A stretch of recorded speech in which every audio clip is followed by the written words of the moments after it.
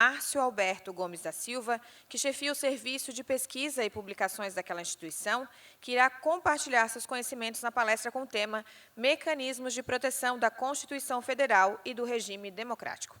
Por favor, chamamos o palestrante ao palco. O delegado Márcio possui graduação em Direito pela Universidade Federal de Sergipe, é mestre em Direito pela Universidade Federal de Sergipe e doutorando em Direito e Segurança pela Universidade Nova de Lisboa.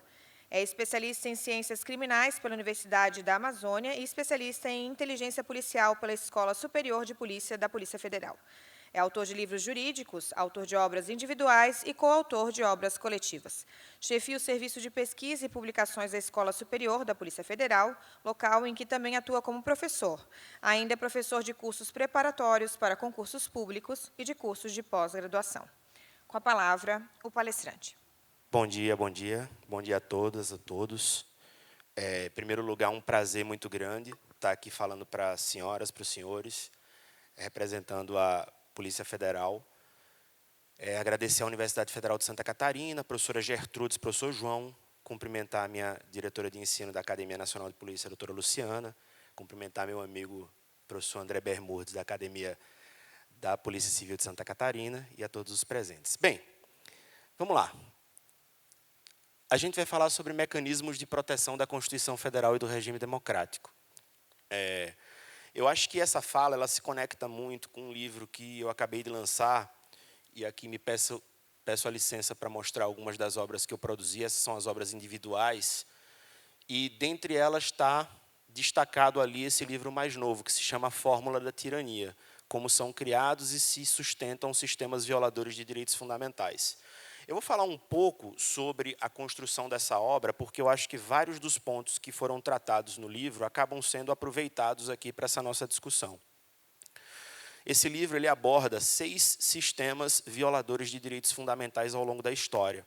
A gente começa lá no século XVI e vai até o século XXI, abordando uma análise do sistema persecutório da Inquisição Portuguesa, o alemão nazista, o sistema persecutório soviético, chefiado por Stalin, o Estado Novo português, a ditadura militar brasileira, e, ao fim e ao cabo, eu fecho com um ensaio, que é um capítulo hipotético, na verdade, algo que não vai acontecer, que é imaginar se o Estado Islâmico do Iraque e da Síria ele conseguisse o que ele politicamente deseja, ou seja, que ele fosse reconhecido enquanto país soberano, com povo, território e soberania. E para que a gente faz isso? Avaliar ao longo do tempo esses sistemas nos faz perceber que há similaridades entre esses sistemas persecutórios violadores de direitos fundamentais. O objetivo do livro é estabelecer um conceito, o que eu chamo de sistema violador total de direitos fundamentais. E o que é esse sistema violador total de direitos fundamentais? Ele atende a um modelo de análise que a obra tenta apresentar. Não é um modelo de análise estanque, não é um modelo de análise imutável, mas é um modelo de análise que eu pretendia que fosse universal e atemporal. Ou seja, em qualquer momento histórico que você quisesse lançar um modelo de análise, em qualquer realidade que você quisesse lançar um modelo de análise, você pudesse detectar esses sinais, que são sinais amarelos e, por que não dizer, em alguns momentos, vermelhos, de que aquele Estado está se transformando num sistema violador de direitos fundamentais, violador de forma sistemática. Tá? Porque, óbvio, que violar direitos fundamentais todo o Estado vai fazer, aqui e ali. Por exemplo, só para citar a nossa realidade brasileira, nós somos um Estado democrático de direito inaugurado pela Constituição Federal de 1988, e se a gente for para o nosso sistema prisional, a gente vai encontrar no nosso sistema prisional um estado de coisas inconstitucional. Então, violações há, não há dúvida. Mas o nosso Estado ele não quer que as violações elas perdurem, ele não aceita que as violações existam. Então, a gente tem que estar com essa preocupação de sempre estar freando qualquer tipo de caminho, de passo que se dê para a violação sistemática de direitos e garantias fundamentais. Então, esse modelo de análise, só para a gente perceber e dialogar como ele foi construído. Em primeiro lugar, e eu acho que é o ponto mais importante da minha fala hoje, Em primeiro lugar, a gente parte de um Estado fechado. Eu acho que esse é o sinal mais importante de alerta que a gente precisa ter em relação a respeito a direitos e garantias fundamentais. Nesse modelo de análise, a gente parte de um sistema fechado, que pode ser um sistema totalitário, que pode ser um sistema autocrático, que pode ser um sistema ditatorial. A gente percebe gradações do fechamento. Existem regimes democráticos que acabam, de alguma forma, partindo para algum tipo de fechamento, mesmo que o candidato eleito ele tenha sido escolhido pela maior parte da população. Então, sinais. Primeiro, fechamento do Estado. Depois que um Estado se fecha, é muito natural, porque o objetivo do sistema fechado é se perpetuar. Então, é manutenção do status quo. Eu brinco quando eu vou conversar em aulas, ou até com amigos e tudo, que assim, não existe sistema violador, não existe sistema fechado bonzinho. O sistema fechado, ele vai, obviamente, se utilizar de uma retórica, mas essa retórica tem um único direcionamento, um único fim, a manutenção do status quo. Ele quer se manter no poder, custe o que custar. Para que ele se mantenha no poder, ele não pode ser responsabilizado por nenhuma falha. Ele não pode ser, por exemplo, responsável por uma alta taxa de inflação. Ele não pode ser responsabilizado pelo desemprego. Ele não pode ser responsabilizado pela violência. Daí, ele vai se utilizar de algo que esses sistemas todos fizeram, a eleição de um inimigo. Então, o sistema, na medida em que ele quer se perpetuar no poder sem respeito às ordens de alternância democrática, ele vai naturalmente eleger um inimigo. A partir da eleição do inimigo, ele vai precisar mecanizar a perseguição ao inimigo. E como é que ele faz isso? Ele vai legislar nesse sentido. É preciso criminalizar a atuação do inimigo. Não só a atuação, porque senão a gente estaria num direito penal do fato. E o direito penal do fato ele é característico de democracias, de estados liberais. Eu preciso partir para direito penal do autor.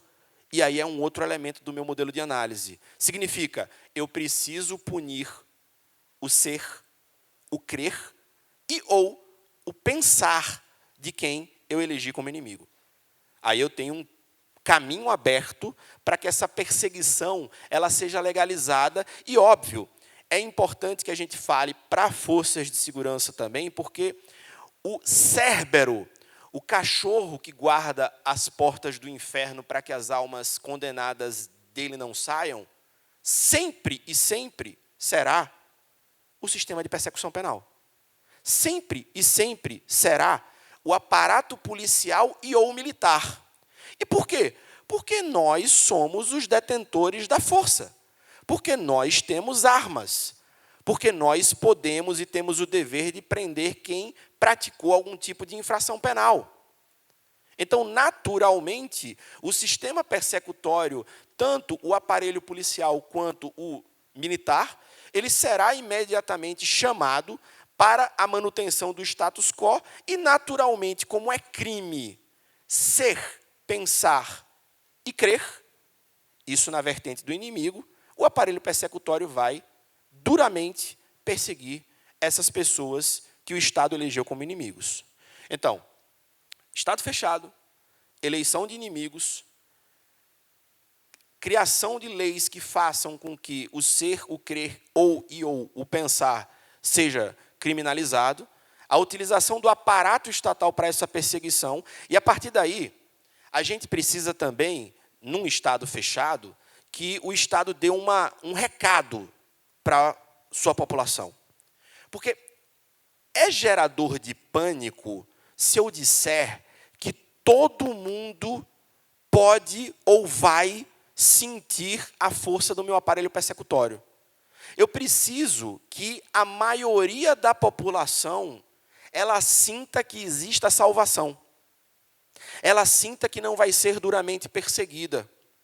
Porque uma outra coisa que é extremamente importante quando a gente avalia sistemas fechados é que a gente não tem empatia. Empatia é uma outra palavra que é fundamental na minha fala.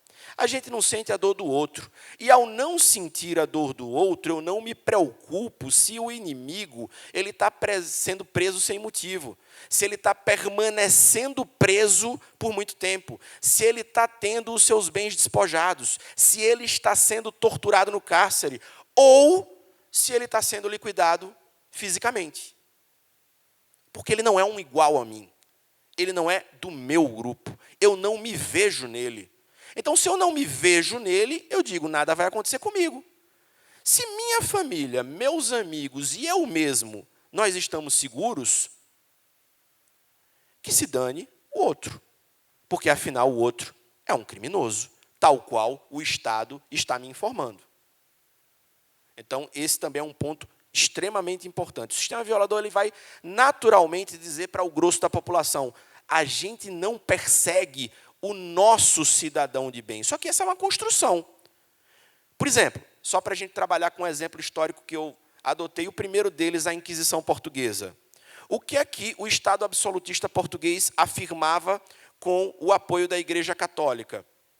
O nosso cidadão, a crença desejada no nosso país é a crença católica. O herético é nosso inimigo. Tudo de ruim acontece no reino porque nós temos pessoas que não professam a fé católica. E para essas pessoas o quê? Bem, para essa pessoa, criminalização do crer. Não é o ser, mas o crer. Se essa pessoa não crê na fé católica, ela está fazendo um pacto com o diabo, logo, ela vai atrasar a nossa sociedade às favas com essa pessoa. E o que é que acontecia na Inquisição? Um sistema persecutório extremamente feroz, que prendia sem motivo, que prendia por tempo indeterminado, que torturava para a obtenção de confissão e que, ao fim e ao cabo, queimava pessoas vivas. E a sociedade da época estava muito preocupada? Não estava muito preocupada, tanto que as execuções elas eram feitas em festas públicas chamadas autos de fé. Era uma festa ver pessoas condenadas à morte pelo Tribunal do Santo Ofício desfilarem pelas ruas do reino e depois serem queimadas vivas na frente da população, que depois ia lá comer seu banquete sob as salvas do rei e da igreja. Isso é o ser humano, lá no século XVI. E veja, se a gente tivesse abertura para fazer isso hoje, faria também. Não pensem que a gente está imune a nenhum tipo de pensamento ruim ou de alguma atitude grotesca. A gente faz isso no século XXI, no ano de 2023, sem absolutamente nenhum tipo de constrangimento. Basta que exista uma retórica por trás disso. Se eu conseguir justificar o que eu faço, vide, bandido bom é bandido morto, vide, é criminoso, então é meu inimigo, então eu posso torturar até que ele confesse. E por que a sociedade acaba aceitando isso no século XXI, por exemplo, no Brasil? Ela não se vê nessas pessoas. Ela não se vê no preso, ela não se vê. Eu sou um cidadão de bem. Então, como eu não cometo crime, na minha ótica, obviamente, eu não vou ser alvo desse tipo de atropelo. Quem for, paciência. Então, enfim, o sistema elege inimigo, criminaliza o ser, o crer e o pensar, utiliza do aparelho persecutório ou militar para perseguir esse inimigo e, naturalmente, como eu disse, a gente vai ter um tratamento pior para quem é inimigo em relação a quem é cidadão, entre aspas, do Estado, tal qual eleito. É até uma coisa interessante que a gente, às vezes, reproduz pensamentos sem saber de onde eles vieram e, às vezes, a gente falha nessa reprodução. Quando a gente estuda direito penal, vem muito à tona a ideia de direito penal do inimigo, que foi trazida mais recentemente para o estudo do direito penal pelo penalista alemão Günther Jacobs. E muitas vezes, quando a gente está em banco de faculdade, até em especialização, às vezes até numa aula de mestrado, a gente ouve como se Günther Jacobs fosse o pior cara do mundo que estivesse pensando em algo para atropelar completamente os direitos das pessoas.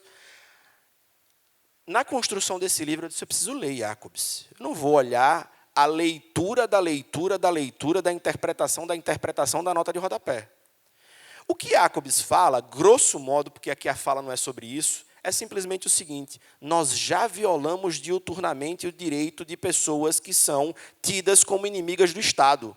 Coloque isso na legislação para pelo menos o Estado ter freio. Ou seja, curiosamente, o pensamento dele é um pensamento de freio ao Estado. Só que toda vez que você ouve falar de direito penal do inimigo, a retórica que é utilizada é como se Jacob dissesse assim: vamos atropelar sistematicamente os direitos de determinadas pessoas. E esse não é o pensamento dele. Não é isso que ele pensa. Mas, enfim, direito penal do inimigo nessa ideia de que é possível que a gente eleja o inimigo e trate de maneira diferenciada o inimigo em relação ao amigo da sociedade. E para fechar o meu modelo de análise, para que a gente tenha, afinal, um sistema violador total de direitos fundamentais, eu proponho que exista uma propensão para liquidar fisicamente pessoas. O Estado tem que estar disposto a matar. O Estado tem que estar disposto a matar. E essas coincidências a gente acha na Inquisição. Veja, a Inquisição, e para você ver como a retórica ela pode transformar coisas terríveis em coisas palatáveis. Vocês sabem que a igreja não queimava pessoas, né? A fórmula da Inquisição é que o sistema persecutório inquisitorial ia até a condenação da pessoa por crime de heresia. Nos autos de fé, que eram esses espetáculos em que as pessoas eram queimadas, a Inquisição, o termo era esse, eles relaxavam a pessoa à justiça secular. Ou seja, era a justiça comum que mandava queimar, porque a Inquisição não queria sujar as mãos com sangue. E ela ainda tinha uma fórmula que era bem assim: nós condenamos por heresia, nós relaxamos a justiça secular e com muita piedade esperamos que não haja derramamento de sangue. O que, campeão? Você sabe que o cara vai para a fogueira, pô. Mas você está dizendo que, olha, estou aqui orando, viu? Eu disse que você é um herege, tomara que os homens tratem você com a piedade que a igreja trata. Era cartas marcadas. A justiça secular não reformava as sentenças da justiça eclesiástica. Então o cara ia ser queimado. Afinal, a fogueira já estava até lá, né? Como é que a gente já bota a fogueira para queimar sem saber o resultado? Eu acho que o cara condenado ficava: puxa vida, essa tal dessa justiça secular às vezes ainda pode me salvar, né? Mas espera aí, campeão, a fogueira já está pegando fogo ali, está faltando só, digamos assim, a peça principal, que é seu corpo para queimar. Você é a carne do churrasco. Enfim, a gente precisa de uma propensão estatal para liquidar pessoas. Eu separei aqui a análise do sistema violador nazista, para que a gente possa ter esses sinais muito bem caracterizados. E por que eu separei o sistema violador nazista para a gente conversar aqui hoje? Porque muitas pessoas às vezes pensam, quando veem os horrores da guerra e os horrores que foram feitos na Alemanha de 1939 a 45 principalmente, imaginam que houve uma tomada abrupta do poder por Hitler e seus asseclas. Só que isso não aconteceu. Naturalmente, em momentos de crise econômica, crise em relação a desemprego, violência, etc., salvadores da pátria surgem, com as ideias mais mirabolantes que a gente pode imaginar, ainda que sejam inexequíveis. Mas, muitas das vezes, o que o grosso da população precisa é de uma tábua de salvação. E mesmo que essa tábua de salvação não exista efetivamente, não importa. Eu voto porque, afinal, tudo tem que ser mudado. Não é assim que a gente fala? Tudo tem que ser mudado. Nada que está aí presta, tudo tem que ser mudado.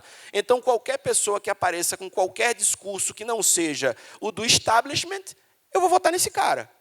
Porque é um cara que não é político. Porra, o ano é 2023. E a gente está acreditando ainda que pessoas que fazem política não são políticos. Cara, dá para tomar pirulito da boca de criança desse jeito, né?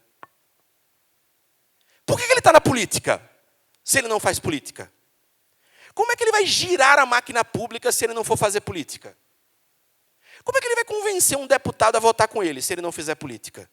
Como é que ele vai eleger indicar um ministro, se ele não fizer política? Não é porque esse cara não é político, como é campeão? Por isso que, às vezes, os amigos não entendem. Eu passei 2 anos morando na Europa, eu fico dizendo direto, rapaz, a primeira chance que eu tiver quando eu me aposentar, eu vou embora, ficar morando num local isolado, numa aldeia europeia, para ficar sabendo de notícia da nossa realidade prática só en passant, para não ter raiva todo dia. Porque ouvir coisas como essa dão raiva, sabe? Mas, enfim, vamos lá. Então, no sistema nazista não houve golpe de Estado. Situação caótica na Alemanha, a Alemanha derrotada na Primeira Guerra Mundial, passou a maior vergonha, o maior vexame, e aí você tem um grupo de pessoas que começa a aflorar.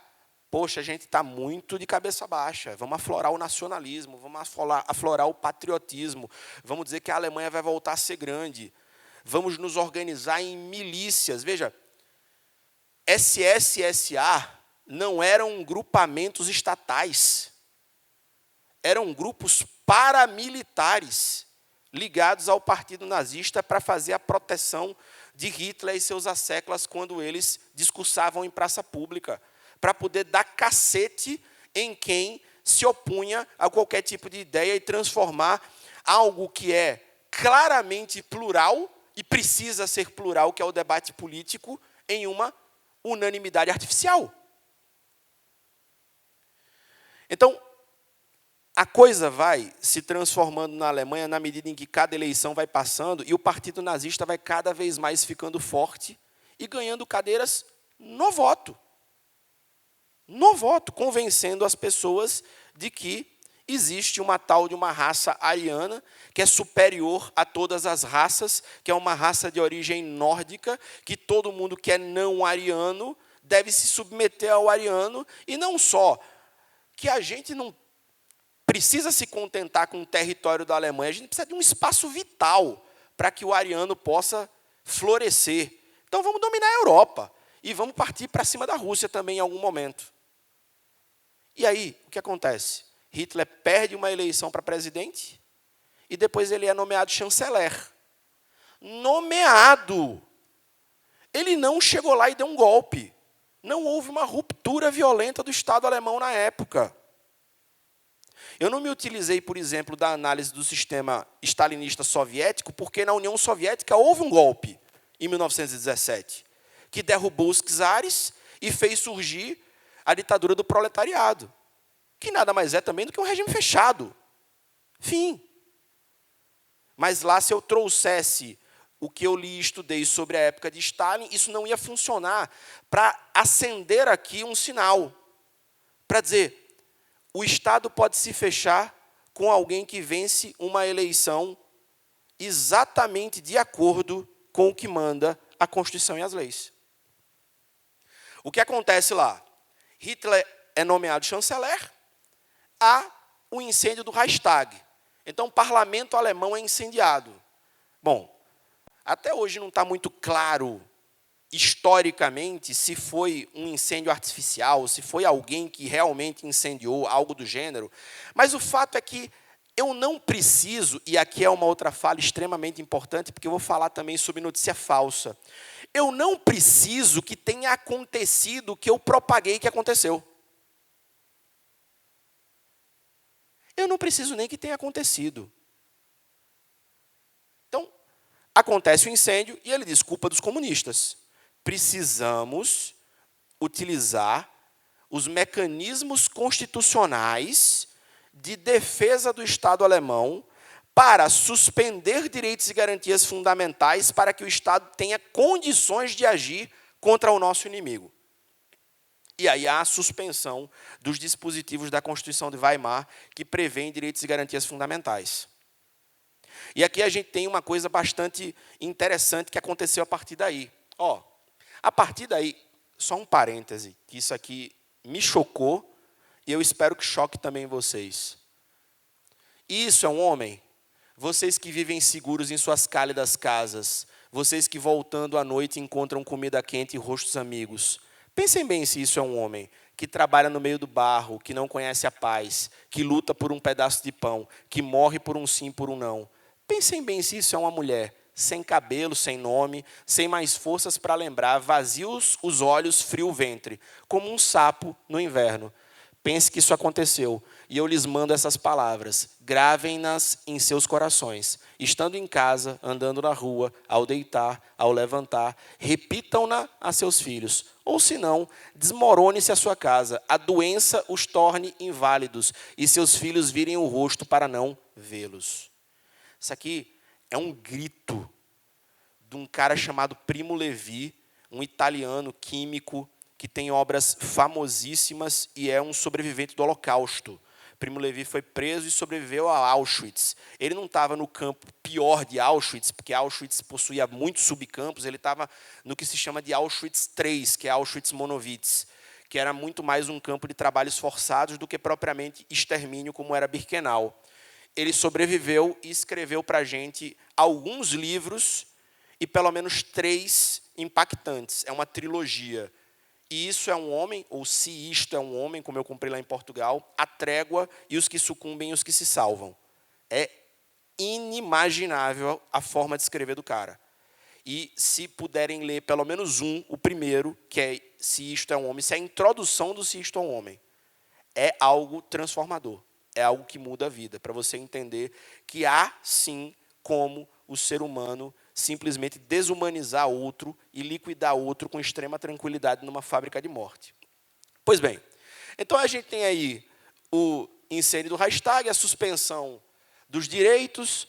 O Jorge Agamben vai nos informar no livro dele, Estado de Exceção, que desde que Hitler suspende os direitos fundamentais da Constituição, a Alemanha, na época de dominação nazista, nunca mais voltou a ter a observância da sua Constituição à integralidade.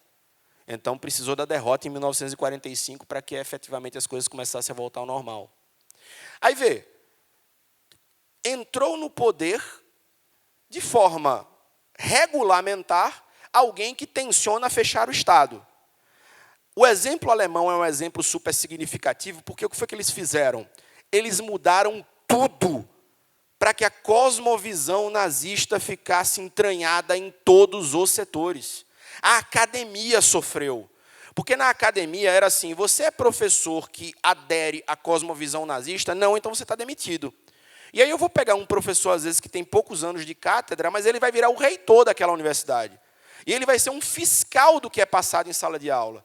Ele vai ser um fiscal da cosmovisão que precisa ser repassada para as pessoas. O direito penal mudou.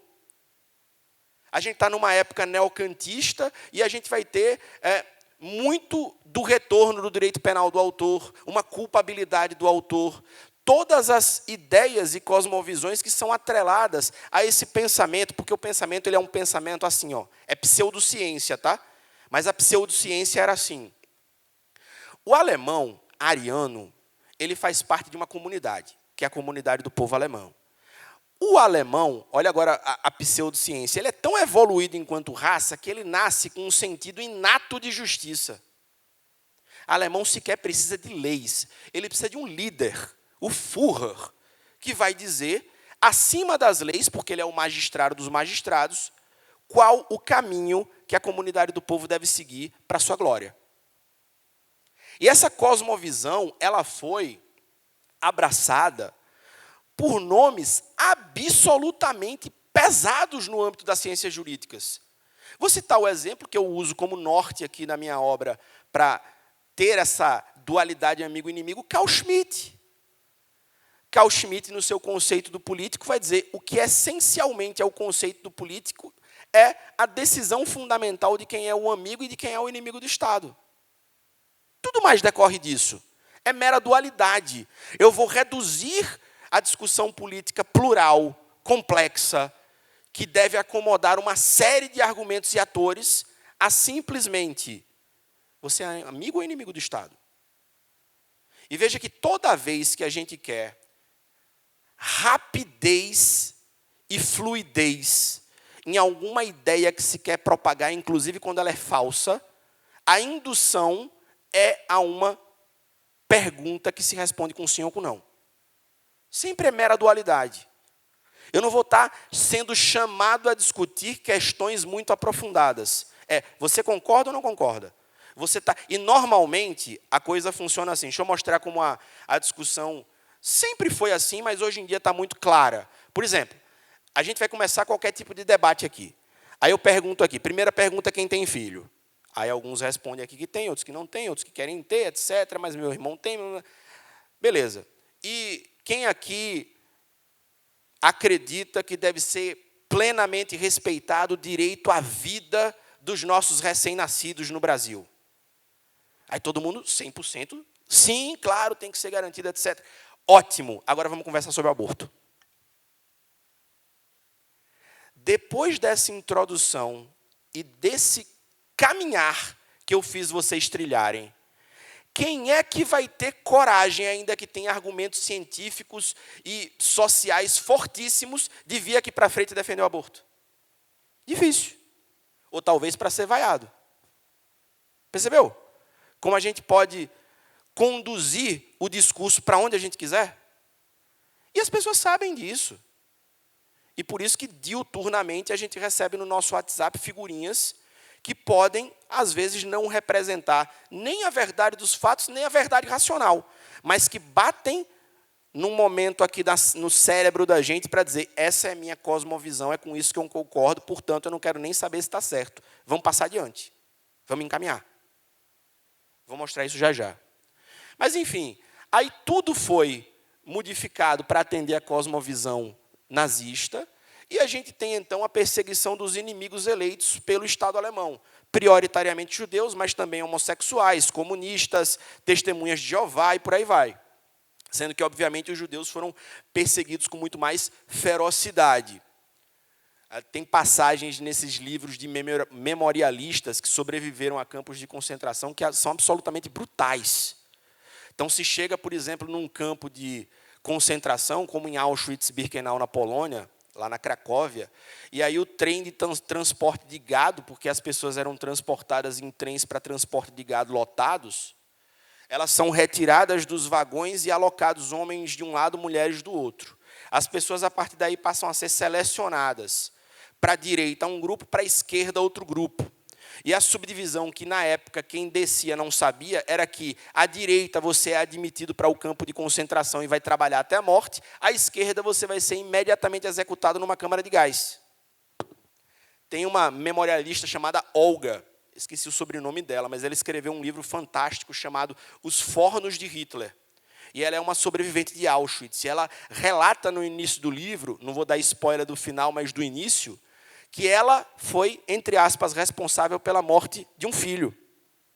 Porque ela é transportada com os pais idosos e com os filhos menores. E aí, um oficial alemão olha para o filho mais velho dela e diz assim, ele deve ter uns 16 anos, né? Acho que ele tem que ir para a fila da direita. E ela tinha notado que a mãe dela estava na fila da esquerda e o filho menor estava na fila da esquerda. Ela diz, não, meu filho não tem 16 anos, ele tem 14. Eu queria que minha mãe cuidasse dele. O oficial olhou e disse, seja feita a sua vontade, por favor, fila da esquerda. A fila de quem ia imediatamente ser conduzido à câmara de gás. E ela só veio, obviamente, a saber disso depois de alguns meses de campo. E a coisa acontecia de uma maneira milimetricamente preparada. Chegava, olha, vocês vão ser desinfectados, fiquem nus, coloquem as roupas aqui nesse ponto. Depois, as mulheres elas tinham o cabelo completamente raspado por pessoas que eram chamadas de tosqueadores, porque o cabelo das mulheres era utilizado no esforço de guerra alemão, pelas indústrias que estavam ao lado dos campos de concentração. Quando você vai, eu fui em Auschwitz, quando você chega em Auschwitz, aquela foto da capa do livro fui eu que tirei, são dos sapatos dos deportados. Tem uma exposição que eles não deixam você fotografar, que são os fios de cabelo. Lá tem 2 toneladas de fios de cabelo de mulheres que foram imediatamente assassinadas na chegada nos campos de concentração, porque os cabelos eram utilizados para o esforço de guerra alemão, pelas indústrias que funcionavam ao largo dos campos. E esses cabelos eles pedem que a gente não fotografe em respeito às vítimas, e assim, obviamente, foi feito. Não registrei, mas é chocante isso. Depois as pessoas entram todas nuas, amontoadas dentro de uma sala, que se diz que é para desinfectar, hermeticamente fechada, solta o gás, que era um pesticida para matar rato embaixo de embarcação, grandes embarcações, e em 10, 15 minutos as pessoas estão mortas. Mas a mecânica da morte não é só essa. Depois, como o alemão ele não quer tocar no judeu nem vivo nem morto, os alemães criaram grupos que eles chamavam grupos especiais, chamados Sonderkommandos, que eram judeus que tinham que entrar na câmara de gás, tirar os corpos, arrancar os dentes de ouro, porque nada podia ser perdido, os dentes eles eram derretidos para transformar em barras de ouro que iam abastecer o Reichsbank, e depois serem cremadas. E, obviamente, uma parte desse Sonderkommando ficava ali na câmara de gás para passar cal na câmara de gás para que não aparentasse que ali morriam pessoas, porque o próximo grupo já estava prestes a chegar. E ele tinha que achar realmente, para não gerar tumulto, que aquilo era um banho de desinfecção. Seres humanos fazendo isso com seres humanos, meus caros. Desse jeito. Pois bem, isso aí é de lá. Ó. Essa placa aí, mais de 1.100.000 pessoas exterminadas só em Auschwitz e Birkenau, as malas dos deportados, enfim. E aí, onde é que eu quero chegar aqui, digamos assim, nesse momento da nossa fala? Que é possível que o sistema que se pense democrático, ele possa ser subvertido com respeito às regras do jogo. Então, não fiquemos esperando aqui apenas e tão somente um eventual golpe de Estado para achar que, por meio de uma subversão violenta ao Estado democrático de direito, a gente vai passar, a partir de agora, a tomar cuidado. A gente precisa tomar cuidado com os sinais desde muito antes disso. E aí, trazendo para o contexto muito brasileiro, é mundial isso, tá? Isso não é um fenômeno brasileiro. Mas, trazendo para o contexto do Brasil, notícias falsas. Será que elas afetam a democracia? Eu vou falar algumas coisas sobre a construção e a disseminação de notícias falsas para a gente ter aqui algum material também para conversar. Esses 3 termos, eu acho termos fantásticos para esse assunto. Primeiro que a gente subdivida verdade racional e verdade dos fatos. Isso é Hannah Arendt, num livro que ela faz logo depois de Eichmann em Jerusalém, ela publica Verdade Política, que é exatamente para rebater alguns comentários negativos que foram feitos depois de Eichmann em Jerusalém. E ela diz para a gente, olha, há a verdade dos fatos. Por exemplo, se eu disser para vocês aqui, gente, ó, eu sou o diretor-geral da Polícia Federal, isso é mentira. O contrário da verdade dos fatos é a pura e simples mentira. Então, ou aconteceu ou não aconteceu. Contudo, a gente tem uma outra faceta da verdade, que é a verdade racional. A gente pode ter até uma premissa que seja faticamente verdadeira. Márcio, que faz parte da diretoria da Academia Nacional de Polícia, esteve falando na manhã do dia 21 em Santa Catarina. Isso é verdade. Só que a gente pode trazer aqui uma conclusão que não obedeça à verdade racional. E o oposto de verdade racional, nos diz Arendt, é a ignorância. Se eu não faço uso de regras científicas para trabalhar com o que de fato aconteceu, para chegar a uma conclusão efetiva, científica, comprovada, eu estou fazendo sofismo. Eu estou trabalhando com uma conclusão que eu inventei da minha cabeça, fonte, minha cabeça. Hoje em dia, eu posso reproduzir uma notícia falsa, tanto subvertendo a verdade dos fatos, criando uma mentira qualquer, quanto pegando uma premissa verdadeira, trabalhando com algo que não é ciência, que é uma fonte deturpada de conhecimento, e chegando a uma determinada conclusão. Então, tanto em um quanto em outro caso, eu estou produzindo o que a gente hoje chama de fake news. E veja, um parêntese aqui, quem nos diz é Annie Applebaum, que é esse outro conceito que ela nos traz aqui num livro fantástico chamado Crepúsculo da Democracia. Annie Applebaum, ela fala sobre a mentira média. Mentira média é uma mentira palatável. Porque, veja, se eu criar algo que seja extremamente absurdo, as pessoas vão começar a desconfiar quando, por exemplo, receberem uma figurinha. E aí vão dizer, caramba, será que isso que Márcio mandou hoje aqui é algo realmente real? Agora, se eu criar algo que pode ter acontecido, independentemente de ser verdadeiro ou falso, as pessoas não analisarão para saber se é verdade ou é mentira. E é por isso que tanta notícia falsa ela é repassada. Exatamente porque a explicação, ela demanda muito mais tempo do que a aceitação de algo que bate com nossa cosmovisão. Até rimou, não foi? Repare, eu vou dar um exemplo. Semana passada, acho que foi há 15 dias, eu estava dando aula no curso de formação para policiais da Bahia. E aí, naquela semana, eu recebi uma mensagem de um grupo de amigos meus do tempo de colégio. A mensagem, ela trazia a foto do primeiro-ministro Netanyahu, ela trazia a foto do presidente Zelensky, e a mensagem, ela dizia assim: Zelensky e Netanyahu pedem cessar-fogo no Rio de Janeiro. Pedem a Lula cessar-fogo no Rio de Janeiro. Bem, você abre um negócio daquele, de manhã, a piada sem graça, porque foi feita uma piada aqui com países ou regiões que estão em guerra, não devia ter sido feito isso, mas beleza. Querem uma risadinha de 2 segundos e parte para a próxima notícia. Agora, na hora que você olha aquilo e diz, caralho, é isso mesmo. Pode xingar, não pode? Eita, é isso mesmo. Tá certo, olha aí, o Brasil está querendo se imiscuir numa discussão internacional que a ele não cabia, mas ele não cuida da segurança pública no Rio de Janeiro. Aí a gente tem problema. E por que a gente tem problema? Porque a premissa é falsa. Lá para os alunos de delegados, eu perguntei, vem cá, na repartição constitucional de atribuições quanto à segurança pública, quem é o principal ator comandando Polícia Civil e Polícia Militar? A turma prontamente, concurseiros que acabaram de passar em concurso, o governador do Estado. E por que a figurinha faz referência ao chefe do Executivo Nacional? Se a União não é gestora imediata da segurança pública no Estado.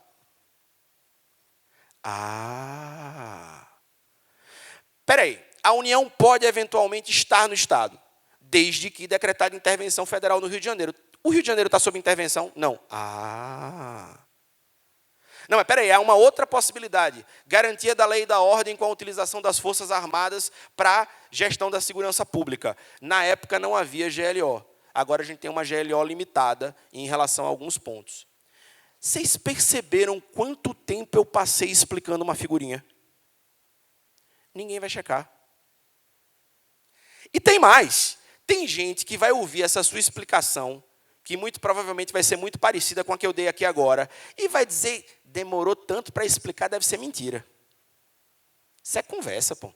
Afinal, quem me mandou essa figurinha foi o vizinho do meu tio-avô, pô, que entende demais de política, de segurança pública e de todos os assuntos. Porque também é uma coisa impressionante dos novos tempos, é que assim, a gente passou a entender de pinico a bomba atômica, né? Qualquer assunto eu sou campeão. Até, professor João, se eu combine aí com a professora Gertrudes, porque tem um curso que eu pensei, viu, professor André, em tudologia. A gente faz uma carga horária com um vídeo do YouTube, 2 postagens no Instagram, 2 fios no Twitter, e a pessoa sai especialista para qualquer assunto do mundo que ela quiser falar. Porque é assim que a gente está hoje em dia. As pessoas não estão checando. A mentira, ela chega muito mais rápido e causa um incêndio. Apagar um incêndio dá um grande trabalho. Vocês já tentaram, em algum grupo de família do trabalho, sobre algo que realmente você entende, ou até que você presenciou, você dizer, calma, campeão, não foi bem assim que aconteceu? Cara, você é expulso do grupo. Só que cara chato, meu irmão. O cara está contra uma figurinha de WhatsApp. É claro que a figurinha está certa. Então, dá trabalho você combater a tal da mentira média. Só um processo que a gente detecta, que a gente parte, explica lá nas nossas aulas de defesa da democracia, você parte de um fato, real ou fictício. Tanto você pode desrespeitar a verdade dos fatos, quanto você pode desrespeitar a verdade racional. Tanto faz. Depois você cria um raciocínio sofista, desapegado da verdade racional, mas que se encaixa na cosmovisão do destinatário. Isso é importante. Só vai bater na sua mente e colar aquelas ideias com as quais você já concorda. Porque se bater uma ideia que você não concorda, muito provavelmente você vai checar exatamente para mostrar que aquele seu, entre aspas, opositor estava errado. Para desmascarar aquela notícia que você acabou de receber. Agora, se bater com sua cosmovisão, meu amigo, minha amiga, aí vai ganhar um reencaminhar imediato. para todos os grupos que seu dedo alcançar. A mensagem é disparada por meio de redes sociais, a partir, inclusive, de canais confiáveis. A Annie Applebaum diz para a gente um fenômeno que aconteceu na Hungria, na Polônia, em vários países que estão num caminho para autocratização, que é a criação dos chamados canais confiáveis. Veja, se eu colocar um terno bacana, uma gravata bonita, fizer a barba, cortar o cabelo, colocar um aparelho audiovisual muito potente e muito bom, e criar o canal das verdades do Márcio, e começar a falar sobre política, e começar, o problema é o começo, se eu começar com notícias verdadeiras, credíveis e facilmente checáveis, pronto. Se você fidelizou comigo e eu falo o que você quer ouvir, você passa a não checar o que eu falo daqui a 2 ou 3 postagens. Então o mundo, não só o Brasil, está cheio de... Qual é a sua fonte? É aquele canal do YouTube que só passa a verdade. Que os analistas são incríveis, que o raciocínio é inacreditável. Inclusive, o cara tem pós-doutorado nos Estados Unidos. Às vezes é mentira. Você vai checar? Você vai mandar um ofício para a universidade? Não importa. Já criei a confiança e já te fisguei. E aí, posso passar notícia falsa. Então, beleza, é o que eu acabei de dizer. E o processo de criação de notícias falsas tem como pilares a pouca disposição de grande parte do público. Olha aqui o que Applebaum fala, que eu separei aqui para falar. Narrativas falsas, partidárias ou de algum modo enganosas se disseminam como incêndios digitais, como cascatas de falsidades que se movem rápido demais para que os fatos sejam conferidos. E mesmo que fossem, já não importa.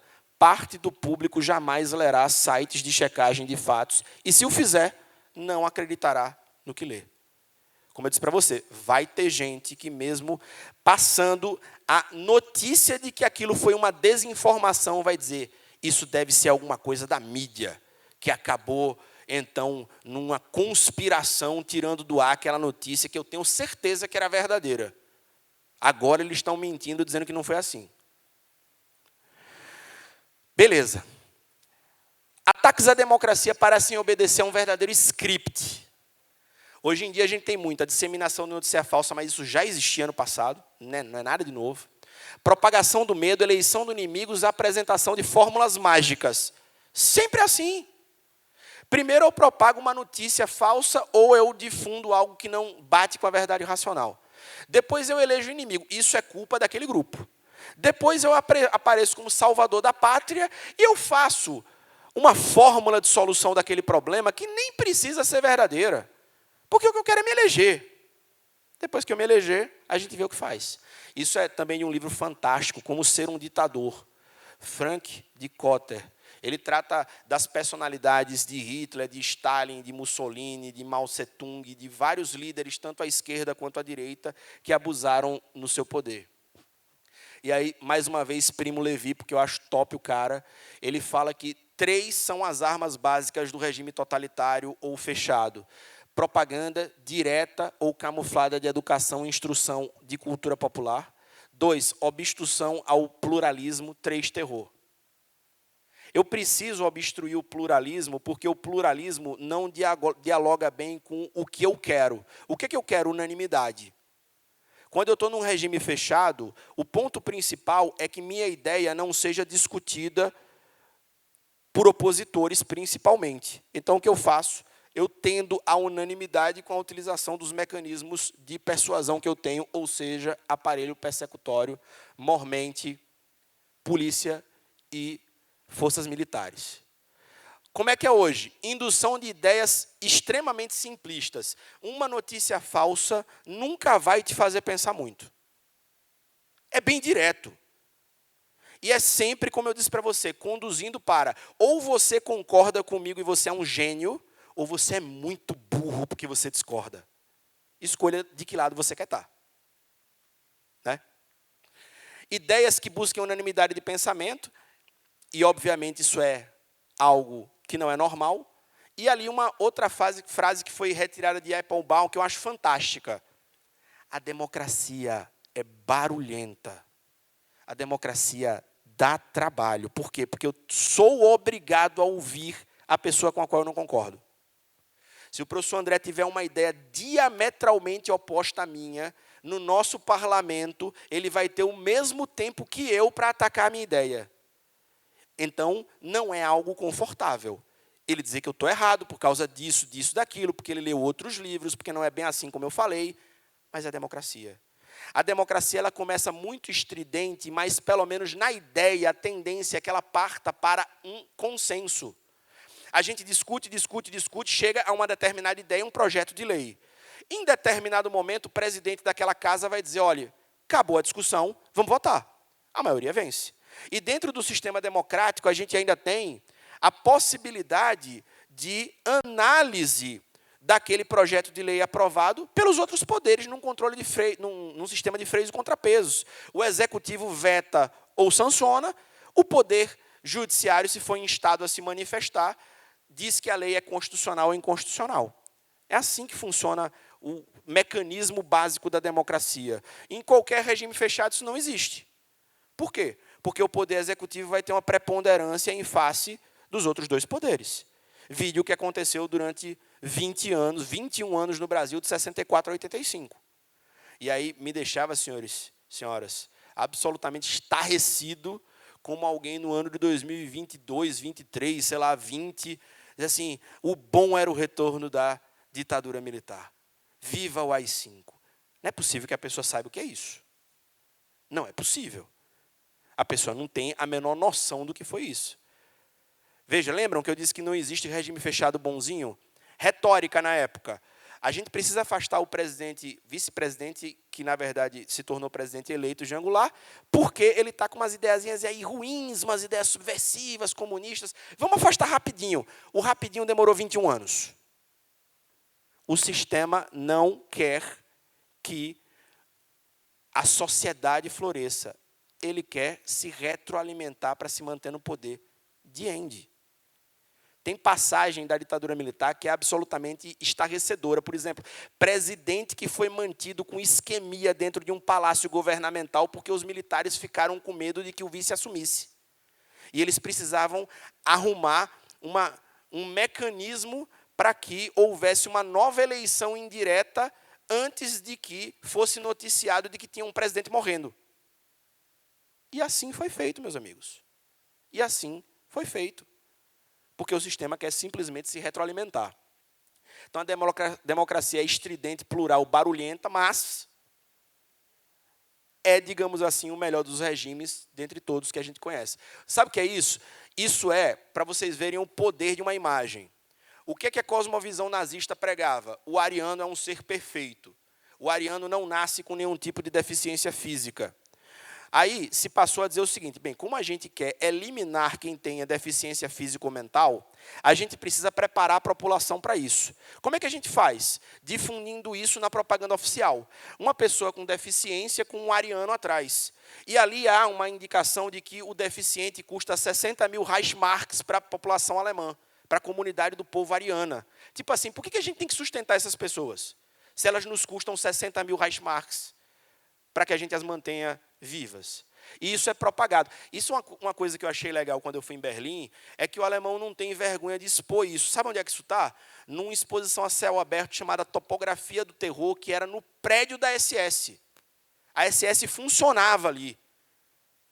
E eles colocaram, não só a SS, a SA, todo aquele grupo ali de organismos paramilitares em Berlim, e eles colocaram um museu para explicar o que foi o nazismo no lugar. Claramente, você toma uma porrada dessa na sua cara assim que você chega. E está lá para você ler o que isso foi. E aí, isso deu ensejo a uma operação chamada T4. Action, né, que é de operação. Action T4. Morte piedosa a pessoas deficientes. O regime fechado também não trabalha com palavras fortes. Nós não estamos assassinando pessoas com deficiência físico-mental. É uma morte piedosa que nós estamos concedendo. As pessoas eram afastadas das suas famílias, muitas delas preenchiam, inclusive, formulários para dizer que tinham deficientes em casa. Vamos levar para hospitais onde eles terão um tratamento especial, vulgo morrer, com injeção de fenol no coração. Mas antes, propaganda, que naturalmente, na época, deve ter sido amplamente aceita. Né? Uma outra sugestão de livro legal, O Caminho da Autocracia, já estou me encaminhando para o fim. Um site bacana, VDEM, para você ter mecanismos de teste ou de análise de democracias. O autor, o Conrado Rubner, aqui com outros coautores, nos traça aqui nesse caminho da autocracia que vários países estão caminhando para uma nova onda autocrática. E só para vocês verem o que ele relata, primeira onda de democratização de 1830 a 1920, depois aí o mundo, não é só o Brasil, não, vai para um caminho autocrático, 20 a 40. A guerra termina, a gente se redemocratiza mundo afora. Depois, uma nova onda de autocratização, 60 a 80, democratização, 80 a 2000, e uma terceira onda de autocratização, de 90 a 2010. Basta que a gente tenha os ingredientes. A gente está com problema de desemprego, a gente está com inflação alta, a gente está com algum problema de violência que pode ser explorado por quem vai apresentar uma fórmula mágica com o intuito de fechar o país, pronto. Elementos que são aproveitados e aí a gente tem uma perpetuação do poder. Só para a gente fechar, meus caros, mecanismos de defesa do Estado Democrático de Direito no papel da Polícia Federal, isso é uma coisa que eu falo toda vez que eu tenho a oportunidade de conversar com colegas lá da Polícia Federal, eu queria expor para vocês. A Polícia Federal tem um papel fundamental na defesa da democracia, porque ela tem 3 atribuições que são importantíssimas. Em primeiro lugar, ela é Polícia Judiciária Eleitoral. Então, ela cuida de qualquer crime eleitoral que venha a acontecer, porque ela é a Polícia Judiciária da Justiça Eleitoral. E a Polícia Civil atua supletivamente nos locais onde não houver Polícia Federal, por isso, uma atuação extremamente importante na defesa das nossas eleições. Depois, é a Polícia Judiciária com atribuição para investigar o terrorismo. Aqui no Brasil aconteceu uma coisa curiosa, mundo afora, terrorismo é a prática de um ato de terror, sinteticamente falando, tá?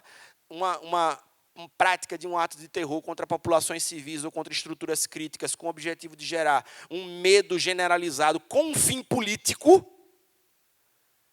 esse especial fim de agir faltou na Lei 13.260 de 2016, ele não está presente. Tá? Então, a gente não tem tipificado na nossa lei antiterror o que, para o mundo ocidental, é terror. Nós estamos em dissonância com o resto do mundo ocidental, porque nós não tipificamos o crime de terrorismo com uma finalidade estritamente política, que é o que é o ato de terror. Aí, só para fazer um parêntese, a gente está transformando tudo em esculhambação. Eu fico impressionado, velho. Aí, infelizmente, guerra lá na região de Israel, Palestina, etc. e tal. Aí as pessoas estão tratando isso como se fosse Corinthians e São Paulo. Márcio Alberto, bandeirinha de Israel. Ou Márcio Alberto, bandeirinha da Palestina. O que é isso? Não é porque eu estou torcendo por... Campeão, você não sabe nem o que é o evento. Você nem partiu da premissa de que é uma guerra de um país contra um ator não estatal. E isso acaba repercutindo em tudo que você for conversar. Porque se o Brasil decretar uma guerra contra a Argentina ou vice-versa, tanto os argentinos saberão onde são nossas estruturas militares, quanto nós, brasileiros, sabemos claramente onde é que é a estrutura militar argentina. Está escrito Quartel-General do Exército Brasileiro. Vem bomba aí, campeão. Agora, lutar contra um ator não estatal gera repercussões? Claro! Como é que você vai chegar na Palestina e vai esperar? Não, agora vamos procurar onde está escrito Quartel-General do Hamas. Não tem, porque é um ator não estatal. E aí, fatalmente, pode existir um túnel cheio de míssil embaixo de uma escola. E olha a decisão política que vai ter que ser tomada. Vai ser explodida aquela escola? O que é que Israel, pelo noticiário que a gente vê andar fazendo? Avisei com 2 horas de antecedência. Vai sair todo mundo? Não vai. Vai morrer civil? Claro que vai.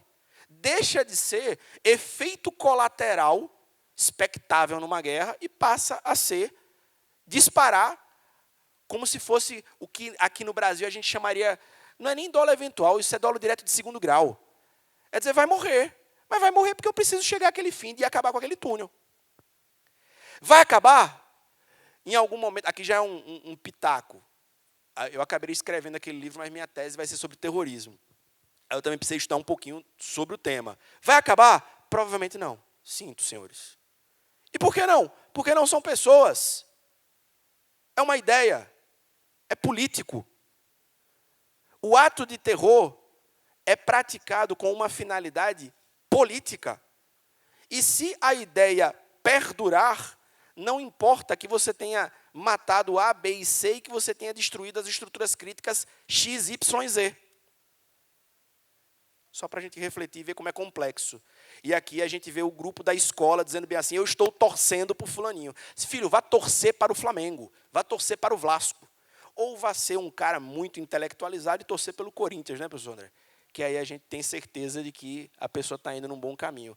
E mais, a Polícia Federal é polícia que investiga os crimes contra o Estado Democrático de Direito, que acabaram revogando a Lei de Segurança Nacional, e lá no final do Código Penal, a gente tem lá crimes contra o Estado Democrático de Direito, que são da competência da Justiça Federal, portanto, como a Polícia Federal é a Polícia Judiciária da União, automaticamente nos vem essa importante atribuição de defesa do Estado Democrático de Direito. Porra, Márcio, que legal, a Polícia Federal é isso tudo. Na ditadura, nós éramos a polícia de censura.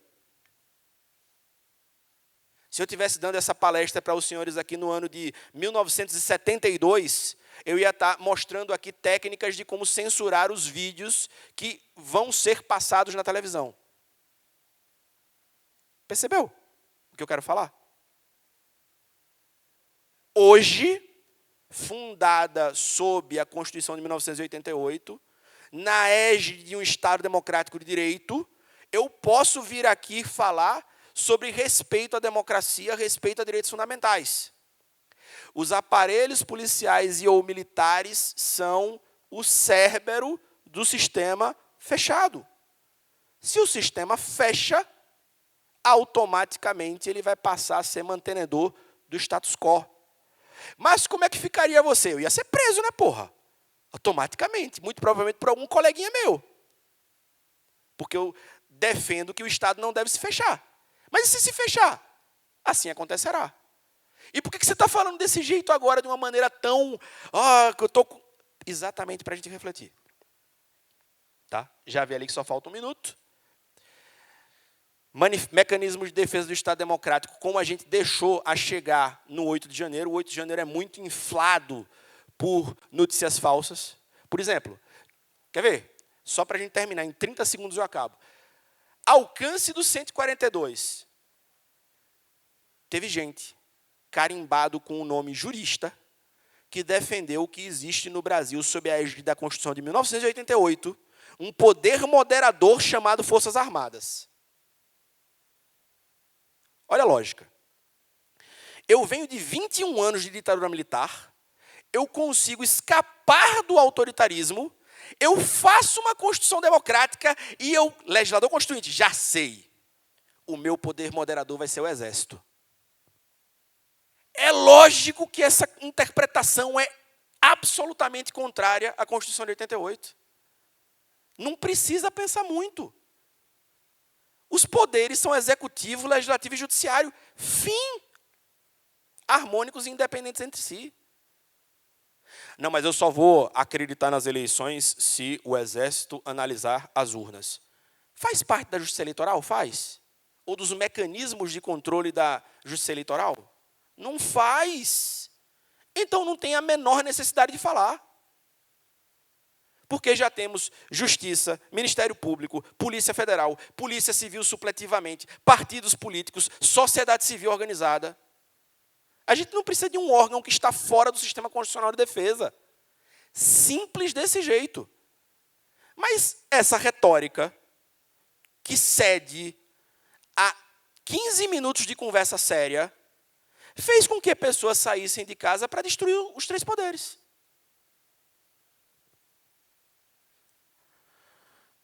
Não basta que o presidente decrete uma intervenção federal. Aí, professor André, fui eu que não estudei constitucional direito. Porque na Constituição tem a intervenção da União no Estado e tem a intervenção do Estado no município. A intervenção da União na União, isso chama golpe de Estado, filho. Não existe, não pode ser um mecanismo constitucionalmente adequado. Mas muitas pessoas saíram de casa, às vezes até juristas, dizendo, a gente tem essa saída. Saída? Tá. Evitar outros ataques à democracia? Resposta, não sei. Esperamos que a gente consiga, por meio de iniciativas como essa, difundir esse tipo de conversa. Essa conversa é extremamente salutar e necessária. Senhoras e senhores, são formadores de opinião nos seus estados e nas corporações das quais fazem parte. Então, de tudo que eu falei aqui, de todo o recado que, por exemplo, está no meu livro novo, tem um só que não pode ser esquecido. Não deixem o sistema fechar. Se o sistema fechar, daí tudo começa, como sempre, tudo começou. E o resultado é esperado, porque a gente já sabe exatamente onde vai dar. E só esses 6 sistemas que eu peguei na história já demonstram para a gente que o final não é bom. Então, já que a gente sabe qual é o final e o final não é bom, senhoras e senhores, vamos trabalhar para que não chegue. Forte abraço, obrigado pela atenção, estou aberto a perguntas.